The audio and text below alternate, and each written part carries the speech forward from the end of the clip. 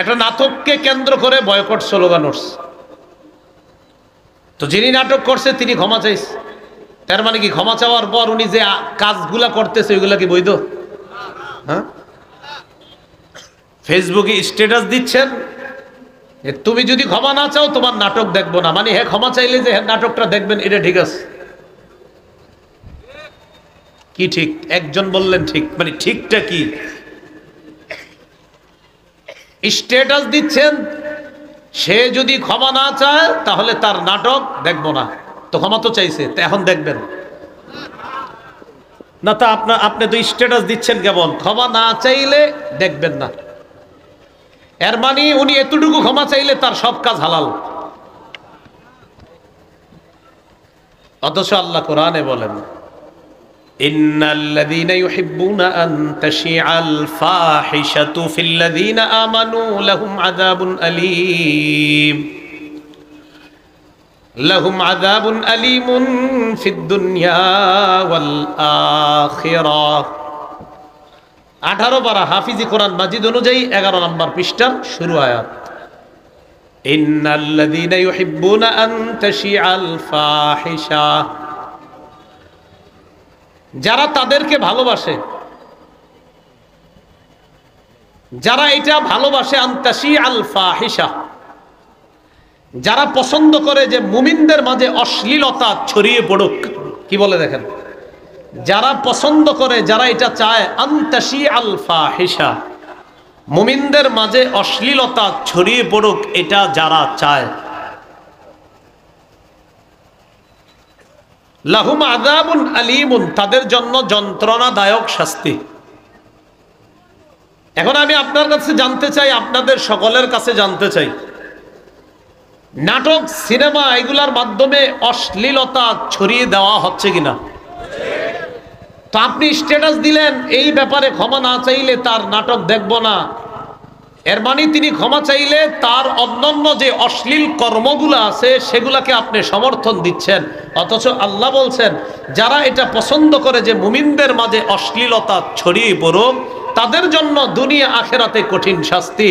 Boycott করার আগেও যেমন সেগুলা হারাম, বয়কটের পরেও ওই নাটক সিনেমার অশ্লীলতা হারাম।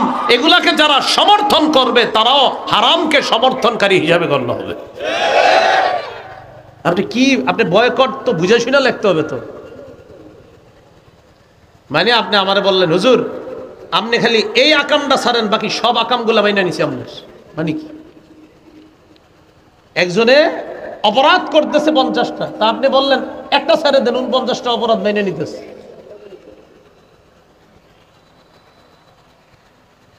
এই জন্য আপনারা সাহস করে লাগবেন বয়কট অশ্লীলতা। কি লিখবেন? হ্যাঁ এইটা লিখেন। তো বলছিলাম আমাদের অধঃপতনের 1 নাম্বার কারণ ইসলাম থেকে সরে যাওয়া। মুসলমানদের অধঃপতনের 2য় কারণ ভাতৃপ্রেম কমে যাওয়া। বলেন কি বললাম? বলেন ভ্রাতৃত্ব কমে যাওয়া। কি কমে যাওয়া? ভ্রাতৃত্ব, এটা আর নাই মুসলমানদের মাঝে। এটা মন দিয়ে শুনেন, বিসমিল্লাহ। আল্লাহুম্মা লাকাল হামদু ওয়া লাকাশ শুকর। ভ্রাতৃত্ব এটা মুসলমানদের মাঝে কমে যাচ্ছে। সূরা হুজুরাতের 10 নম্বর আয়াতে আল্লাহ বলেন ইন্নামাল মুমিনুনা ইখওয়াতুন ফাসলিহু বাইনা আখাওয়াইকুম ওয়াত্তাকুল্লাহা লাআল্লাকুম তুরহামুন।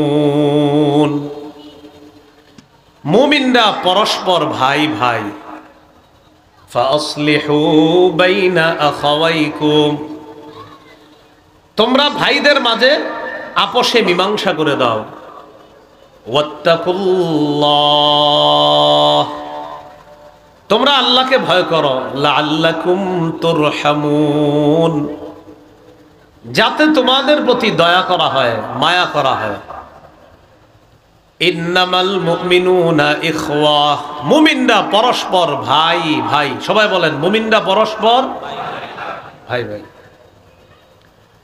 এখন বলেন তো, আপন ভাই ভাই ভাই ভাই একসাথে আছি আমরা মিলেমিশে, তো আমরা মিলেমিশে থাকলে তো আমাদের মাঝে ঝগড়া হওয়ার কথা না, আমরা তো মিলেমিশে আছি। আল্লাহ আমাদের সকলকে বলছে ভাই ভাই, তো আমরা তো মিলেমিশে আছি, তো আমাদের সমস্যা হওয়ার তো কথা না। এর মানে আমরা মিলেমিশে নাই, আমরা মিলেমিশে নাই। আল্লাহ বলছে ইন্নামাল মুমিনুনা ইখওয়া, মুমিনরা ভাই ভাই, কিন্তু আমরা ভাই ভাই নাই। ফাসলিহু বাইনা আখাওয়াইকুম, আল্লাহ বলেন ভাই ভাইয়ের মধ্যে আপোষে তোমরা মীমাংসা করে দাও। ওয়াত্তাকুল্লাহা লাআল্লাকুম তুরহামুন, আল্লাহকে ভয় করো যাতে তোমাদের প্রতি দয়া করা হয়। ভাই এটা এক আজীব শব্দ। ভাই বললে হাজারো ঝগড়া বিবাদ খতম হয়ে যায়।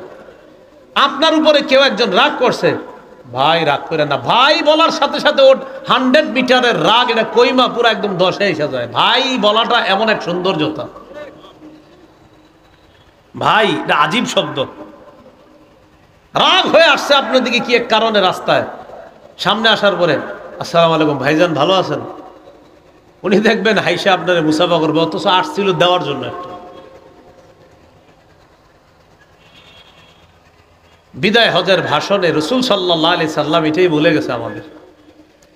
ইবনে হিশামের মধ্যে আসছে, বিদায় হজের ভাষণে সবাইরে ডাকছে নবী, ডাইকা বললেন ইয়া আইয়ুহান নাস ইসমাউ কওলি ওয়াকিলুহু, হে লোক সকল তোমরা আমার কথা শোনো, তোমরা আমার কথা বুঝো, জেনে রাখো আন্না কুল্লা মুসলিমিন আখুন লিল মুসলিম। বিদায় হজের এই ভাষণে আমি নবী সারা পৃথিবীর প্রত্যেকটা মুসলমান আরেক মুসলমানের জন্য ভাই বলে ঘোষণা করে দিলাম। ওয়া আন্নাল মুসলিমিনা ইখওয়া, নবী বলেন মুসলমানদের সম্পর্কটা হলো ভ্রাতৃত্বের সম্পর্ক। ভ্রাতৃত্বের সম্পর্ক আজীব এক সম্পর্ক। আল্লাহ নবী বলেন বিদায় হজের মধ্যে আমি তোমাদেরকে বলে গেলাম আন্নাল মুসলিমিনা ইখওয়া, মুসলমানদের সম্পর্কটা হলো ভ্রাতৃত্বের সম্পর্ক। এজন্য নবী এক বর্ণনায় যে উম্মত আল্লাহ নবী দেখে যায় নাই তাদেরকেও ভাই বলে সম্বোধন করছেন, ভাই ভাই। যে উম্মতদেরকে নবী দেখে নাই তাদেরকেও নবীজি ভাই বলছে, সুবহানাল্লাহ। সহিহ মুসলিমের বর্ণনা 472 নম্বর হাদিস। কবর জিয়ারত করতে গেছে নবীজি, কবর জিয়ারত করতে গেছে।